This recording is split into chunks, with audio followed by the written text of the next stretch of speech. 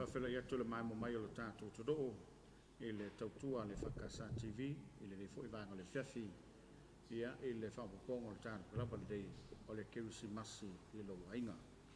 O le whiawhi le dei o le ua tusa atu tātou whasalunga i le manualu tāpua i o le whakasa i wailele te inga le sunga le whamai sunga so sa sulu mo whatua ia me se fo i o le whianga nei liwa mo puni ala wa wa le whianga whaatiri whatalai whape fo i le whanwhalu foli ia e mese o le ngā te iala te nane o le formal tuan formal male sale o ia le uma whatasi ma le sunga ia o sosani o ia fo i o le te pese le whianga le rie e tua i malo a samu a san mai sono fina ngalo le whatautonga ma le whamoemoe o leo tāpena i e le tātou whai pesa le tege whiawhi lau whionga le lie ia saungu i whawhelo i su tātou turu e ngato Samoa ia whapefo i tama whanau o le tātou mei vaile leo walo maila na mai monga le tātou kalama le whiawhi Whapte tele leo sunga tapuala mo ni awa noa mātango fie ia whawhiloa i ma whāturo atu i pai o le tātou turu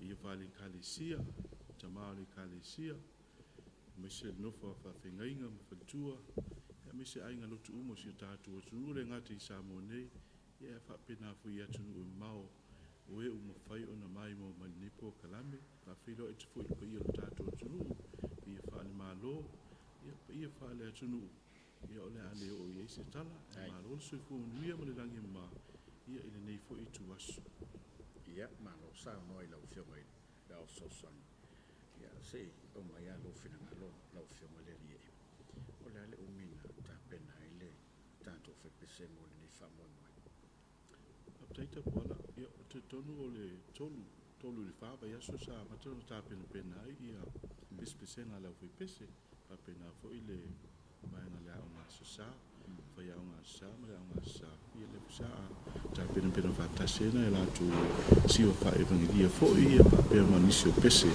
ia la mai mo e le tātou tunu ma e lo i whalongolongo fo ia i pespesenga o le kiwisi masi whawhitaitele le kālesia o le tātou TV ua mo walea manoa o le whakasai veilele sunga mātua whaelenganga Reverend Dr. Sio Salsul ma le whantu ia so kuapa mo lea manoa ne kālesia ia e whaifosina sao pespesenga whawhiloa i le pepe Christmas i le nei fo i tausanga Malo whaftai te leo whaipese ma tāpenanga e a amia lanto whaipese ia ai o le tulang o i le tāpenanga taro tama whanau la vale kālesia la whianga i mani whamoemoe Papenale whamoemoe lau sumuta puala o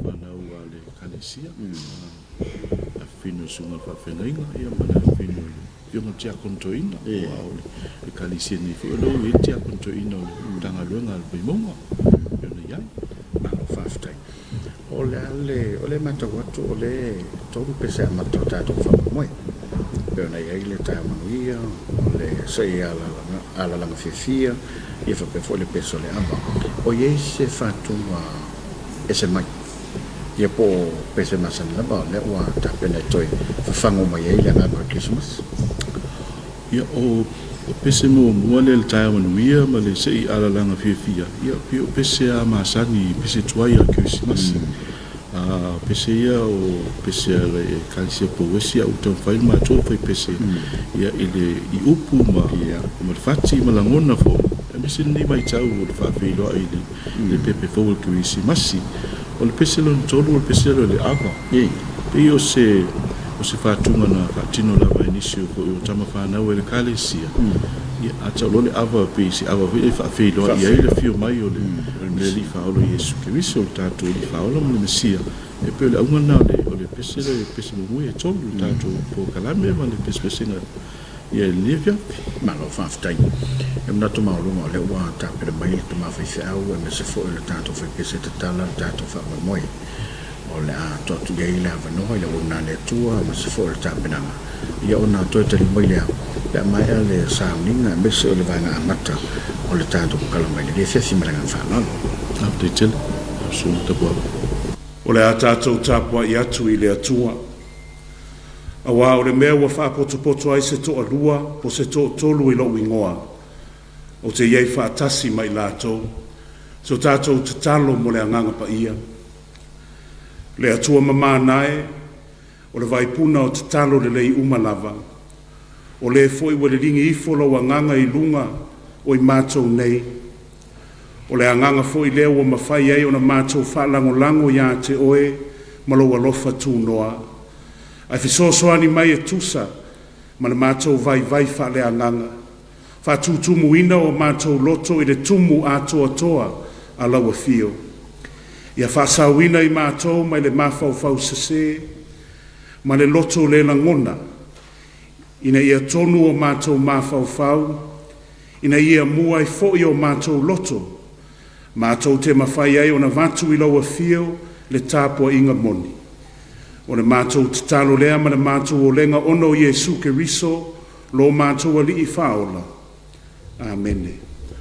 O le atato pe pese whaatasi le pese se lau se fulu ma le lua.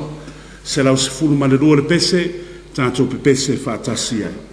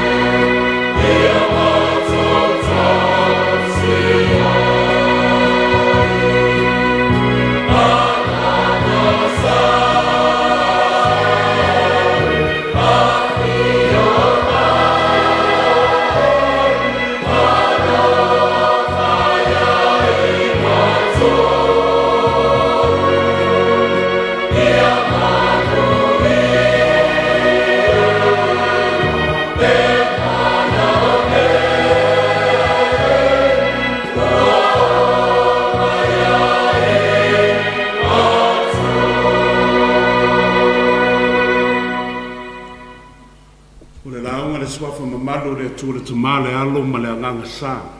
Amene. O le manatu au tu le nei vai aso. o le whaavae, foundation. O filifili ai, le salamo, e se furu ma le tasi, whai upo e tolu e whai ma autu, mo tātou mā whauwhaunga whale anganga e whapea.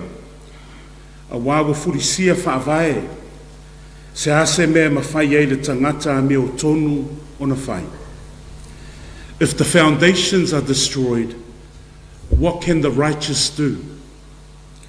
Sa whetalai Yesu, o le nei, ai se whaalongo i au upu nei, ma whaia e ia, o te whātusaina o ia o le tangata poto. Wana whaia lo na whale i lunga o le papa. O upu ia le tātou wali i whaola wa laulau vivilu e tangata Samoa. E le fōfo i le whaafonga anga a le tātou watunu. E i loa le tangata poto i le sao ma le tonu o le whaavae. E whaavae ina i le ola ma lona soifua. I la le tino, le mawhauwhau, ai maise le whaale anganga. O le kerisi masi, o se vaitau o le oli ma le fia.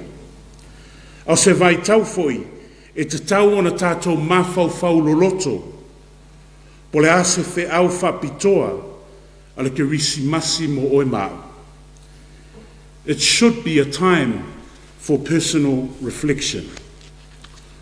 Mo au, e lua lava fe au tāu o le kerisi masi i le nei vaitau. O le ainga ma le whātuatua. Faith and family. E māsani o na tātou whaalongo i le alanga upu whaperetania e whapea. Jesus is the reason for the season. A whale liuina o Yesu o ia o le pongai o le mafua anga o le nei vaitau le nei. O Yesu o le whaavae o nei aso wa tāua o aso fia. Le ai Yesu o le ai mase fia ma le oli i loto maanganga tangata kerisiana. O lona winga, e le te tau o na sala ese le whamanatuina o le nei vaitau mai le o ngā titonunga le mu o le wha moe. Sa moae, a tonu wa tofu uma tātou ma manatu e winga i le nei mata upu o le whaavae. Ai tau lava o na wha manatu atu le awhionga pa ia le atua. O Yesu o le tamai mā moe, na whanau mai e ave e seina ngā sala a le nei lalolangi. O le whaavae lea e le suia, e se e tasi lona poto, po se mā losi whale tangata. Usoia ke riso, a vea o ia mataiala, mo a inga, ai meise o ia, o le whaavae tū mau, a fioanga a lalafanga, mo le nei ke risi masi. Talia lana ngaluenga whaola, na mariwai o ia i lungo le sa tauro, ina ia olai o e maau, ma tangata anga sala uma. O upu a Paulo i lona atali i whaale anganga o Timoteo, whamai, o le whaavae maua le atua, e tū lava lea. E tū lava lea, le whaavae maua le atua. O upu ia le tamā lofa, e whaamalosi au i lona atali. O se upu foi le nā mo le tātou watunu e pele i loto maanganga. E whaavae mau sa moa, i le tala le leo le whao le tanga. Whai maile Ioane e tolu, whai po se funu ma le ono. A wawa whapea lava ona alofa mai o le atua, i le lalolangi. Wa ia awina mai ailo na atali i pele e tō tasi. Ina ia le whano se tasi e whātua ia te ia. A ia maua e ia le ola e whāwawang. E moni ai le upu a le pese a tamaiti a le aon sasa. O le alofa o le atua e maualunga e le mawhai o na e ina. E maua lalo, e le mawhai o na moluina. E lau tele, e le mawhai o na opoina. O le alofa le nā, o le alofa sili sili lea, ia vea mawhaavae i le nei kerisi masi mo oe maa. Manuia tele le kerisi masi sa moa, maua se whai ngā malo o longa file mu, i le alofa ma le anga le leia le atua. Maua foi se tausanga fau fia fia, manuia. Se o tātou te talo. Ua mātou maua le nei awa noa le atu wai, se mātou pepese, se mātou vivi, se whaafofonga lo watu nuu, i pese mātanga o fia ma vi inga taulawa o fio. Ai pangā, o se mea whaifua pe ale whaatasi mai le mana o lo wanganga pa ia, e pāpatiso ina o mātou tangata, ia mātou pepese ma le loto, ai maise ia iai le mātou wanganga, o mātou ni tangata whātua-tua, mātou ni tangata wa tari tonu i lau fio. Wa mātou tatalo le atu wai. Aua nei se ese lau atu nuu mai le whaavae moni. Wa sapi eile nei atu nuu i manuia e tele. A ia mātou tūmau pea, i le mātou tali tonunga, o lo so e fua pea lau fio. Mātou tatalo. O ani o mātou se semo o mātou a leo le atu wai. Ia pei o lo māsani o le alofa tū noa. Ia whaama māina o mātou loto mo mātou wanganga. Ia tū lai maini tangata fōu. E tau tua ma au auna mo laua fio. Ia mātou pepese le nei afi afi le atu wai. Ia iei le anganga. Ia iei ma le oli oli moni. Ia langona ina e tangata uma. Le fe au tā ua le ke risi masi. O le mātou tatalo lea, o le whaavae fo i lea, lo e ka le sia ma le nei au whaipese. O mātou tuina atu, ono Yesu. Amen.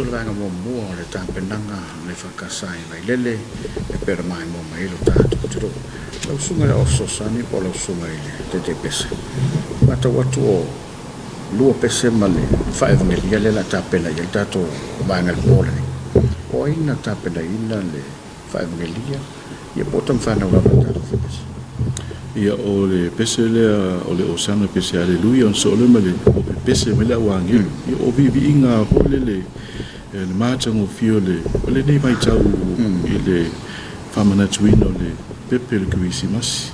A me se apea to e tō manatu I tua le nei tau sanga sa whenga I lo tātou tunu o te nini se whawhita au li ma me o lo sa tutu pite I ane I le langona o le kanga whawhitai le tua. Ia ua whai ona mo le nei lao lao tātou wanga atu mo le whamanatuina o le fio mai o le pepe le Kirisimasi. Lela I pese ia, patasi la ma siva pese whaevangiria lo tāpena ina ele sunga le whawhenga ma le whaltua mi se fo I le masenga o whaia onga la sasa la tole sa tāpena ina ia siva ia le whanau a ngā sa O le asa o matau fo I le wha o sosani I le suinga o I se mele le tula I mai talu e matapena o tātou whamamole ni o I se o mole mauni se kalesi o I se o lewa mai ko e kua mala ko e whakapokala maleo o koe anga I mai ai o whamapopo mai ai nisi o nisa le o foi pese o koe foi mele o foi pese o I se le whapena o tupu tātou ia moni le sao noa tapua o le me moni ana o isi whapopo mai il mātua I ngā pese pena ko le au ngā sapi o toanga mai ia whanau I a o onga ia ona whaperela ala TV Fia mai mo foi nisi o ainga mai whafola e pese atu le tamai titi o le ainga po sisi o le au lotu se me fia fole I ainga mo volo mai mo mai whafola ia lo whai ona titi lo mai ainga mo e pese no tam whai atu so e sao le tulanga le wa sao e tua malo whaftai le mai mo le tātou tutu o le atari watu o le ua tāpera mai ia le tātou whaipese ia mo le vaenga lona lua o le tātou kalama o na tofo I mai lea ia pe a whaile mano longa I le vanga le whiawhi.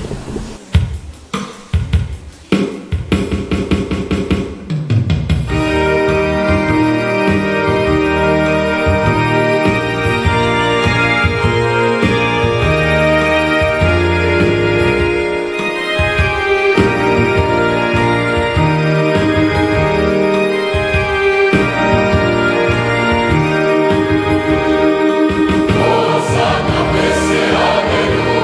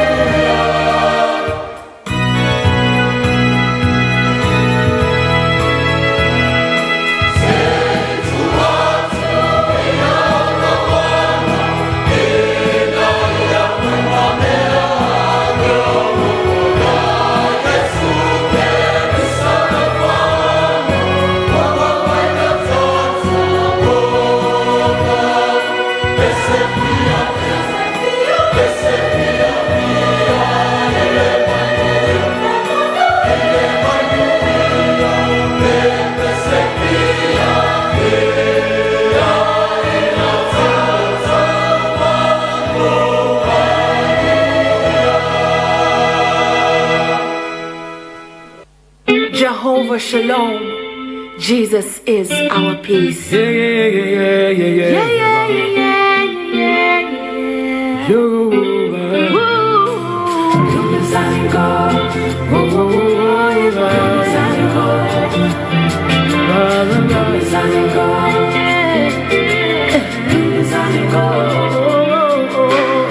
I will worship the Lord, for He is worthy. I will lay down my sword, the Prince of Peace is His name. King of the flood, The Lord is mighty, yeah, yeah. The Lord will quench the evil flame. Yeah, yeah. when trouble comes, Jehovah sees, Jehovah knows, He is my peace. When sorrow meets, Jehovah sees, Jehovah hears. Feel the presence of God upon the water. Hear the voice of the Lord within the thunder that roars. King of the flood, the Lord is mighty. The Lord will calm your troubles home. Yeah, yeah. When trouble comes, Jehovah sees, Jehovah knows, He is my peace. When sorrow leaves, Jehovah sees, Jehovah hears. Like a friend, I need to live. Jehovah saves, Jehovah hears, gives me peace. When trouble comes, Jehovah sees, Jehovah knows. Unshakable, unmovable, unstoppable, my Jehovah, oh, unfailing, never loving, never faithful, never true. Come on, my Jehovah, oh, mighty to save, couldn't live without you. Never forget His own, you always bring me through. Terminate my enemies, triumph in all I do. Come on, my Jehovah, judgment coming. He is my peace. And pursue me. He is my peace. Judgment is coming. He is my peace. Warm and follow. But I know He is my peace. Peace. Ele to te liu mai ele mai ai ele vai ngalona lu o le tato kalame ia la o fionga le ie pe ko le fo ie si pese fai tanga le e lu o le ta pera mai I mole fa mo mo dana mo boli le tato fa mo update wala ia ole e lua pese faitanga ia le sawi o pese o siva faitanga po sa ta pena po e anga la sa ia mai anga la sai panau tele te misa lo ta pena ngoni siva mi se ko dai te mo la mai mo e ma fa fo i o ta tu no mai lo mai mo mai ia I ni fo I fa fi fianga ia ole la mona fi ki si masi to ta tu oli mo fi Uri toe mafofau nisi mea ai ia taula ile ba ai le fio mai o le rifa pe pe se masi pe le nganga a tole o le lipo kalame male pese masi va ua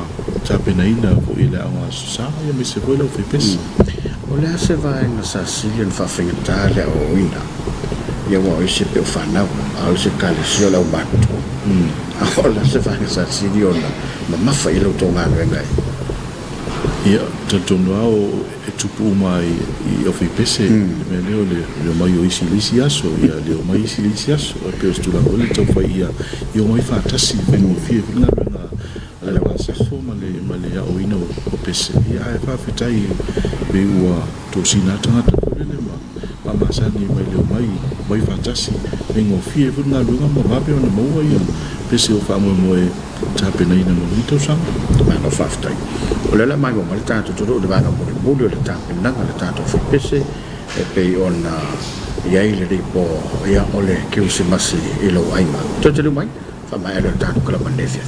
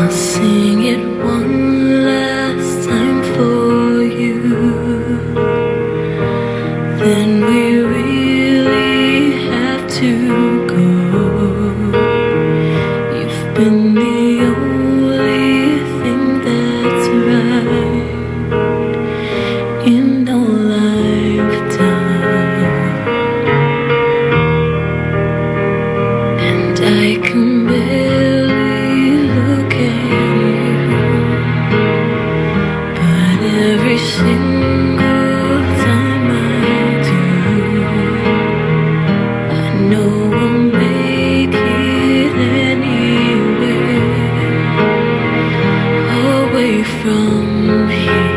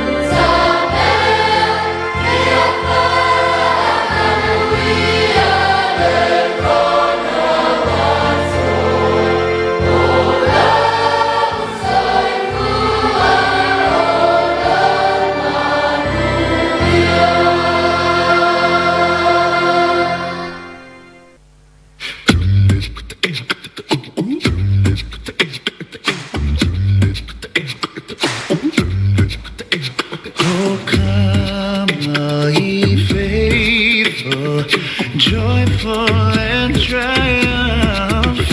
Oh, come ye to Bethlehem. Oh, come and behold him, born the King of angels. Oh, come, let us adore him. Oh, come, let us adore him. Oh, come, let us adore him, Christ. Oh, come, my faithful. Oh, come, my faithful. Oh, come, my faithful to Bethlehem. Oh, come, my faithful. Oh, come, my faithful. Oh, come, my faithful to Bethlehem. Oh, sing choirs of angels, singing exultation. Oh, come ye to Bethlehem. Oh, come and behold him, born the King of angels. Oh, come, let us adore him. Let us adore him. Oh, come, let us adore him, Christ. Oh, come, my faithful. Oh, come, my faithful. Oh, come, my faithful to Bethlehem. Oh, come, my faithful. Oh, come, my faithful. Oh, come, my faithful to Bethlehem.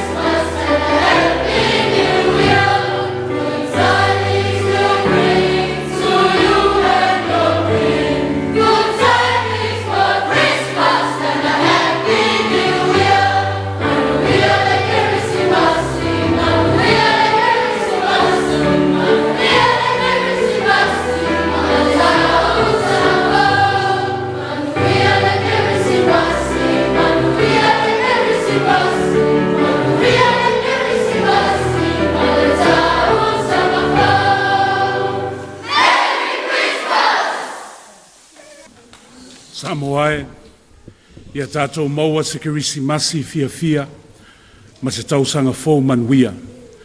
On behalf of the Vailele Congregational Christian Church in Samoa, we wish you a Merry Christmas and a prosperous New Year. Let us pray. Ala manuia ma le file mua la wafio le atua le tamā, le alofa sirisiri ese o Yesu Keriso lo mātou ali I whaola. Ile mana mafutanga, fai pēr ma oia nganga pa iai. Ia lunga I mātou nei ma lau whanau I le lalolangi atoa.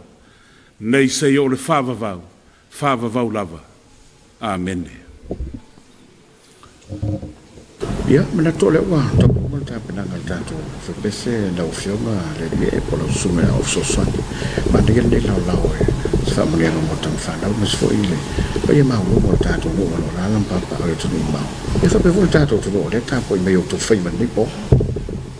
Taita puala, ia e palewina le ngāngal whakatai le tātou whakasa TV, mo nia mano le a maua, tāta no fie, whaiona isi sā o le I kalesia whakton Kirsiano Samoa I wailele nei, I sunga le te mawhaiwhi au, Reverend Dr. Siosi Sal Solo, mo whutu ia suru puapa, whiunga tia kontoina ia whawa salo nesi, I whutua ia sunga I autostusi o kalesia so whatasi, sunga Reverend Bauma Motu, whutua nione, ia sunga ia o maalua, o mātou maalua whatasi, tama whanau le kalesia, ia watu ele se whaamanuianga tele, ia ile o tātou tunu o e o mwhaina mai o mai le kalesia o le mālo o le tunu a inga ia maso se tasi o mwhaina mwana mawina le kwenko kalani muli tu fo imalo fa anga I tama fa na le kalesia o ile o lo tapu ai ma malango mai nei fa mo I malo fo mai fo na la to ai tu no vai mai lo pese tu tina po te malo fo pese ke o mo fa fo si me alo fo ki si masi ni tu sama ai manu tele ki si masi ia mutatu ia so fo fia me manuia ia sanga bi ia ile na le tu apitai Fionga ila o so swani le sunga le fionga le ye toi malo Samoa san ia mo le tau mai le tau klama Pena lo ia ile foi pese mana o sa me le fakasai vai lele te teina sunga le foma e sunga so sa solo ma fretua e me se foi tu langa tofio le kansia ia ile po le le tau klama que se masi lo mainga manu te lina lo fa so after ya tu tato long sua Pena ele tautua mtanga le mo fa to anga mo fainga faiva ya me se foi o le PSL o le SCP o le Vaisala Hotel o WT Media ma le tele o le lato o fo mai le lato o nanga e lango la mai le tautua le Fakasa TV mo le winato pesenga por kalamba le dei ki si masi lo waina soi foia man bien nei po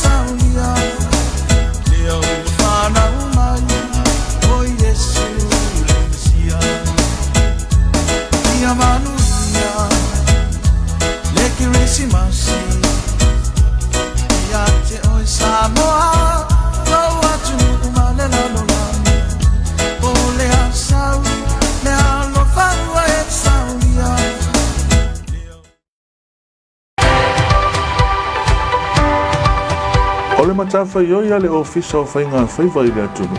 O le va aia le lei ma tia e tūlanga e saunga le muai a mawhingota o le ngā taifani. Ina ia lava ma maua pēa tau mafa. Le afuanga lea o le tūla whono whaatonu tonu o fainga faiva tasiwa iwa lima. E tau fia ai le whaangota I noi a mawhingota la iti. Ulo ro tau awe fua whanau ma vai a tingi. O le mātou aia supermarkets. E matua whasaina lava o na whaasau I a la iti. Pa ala iti, maula la iti. A mātou wa ai atu e la iti ma whaale tonu. Mātou te le tali aina. Samoa, ata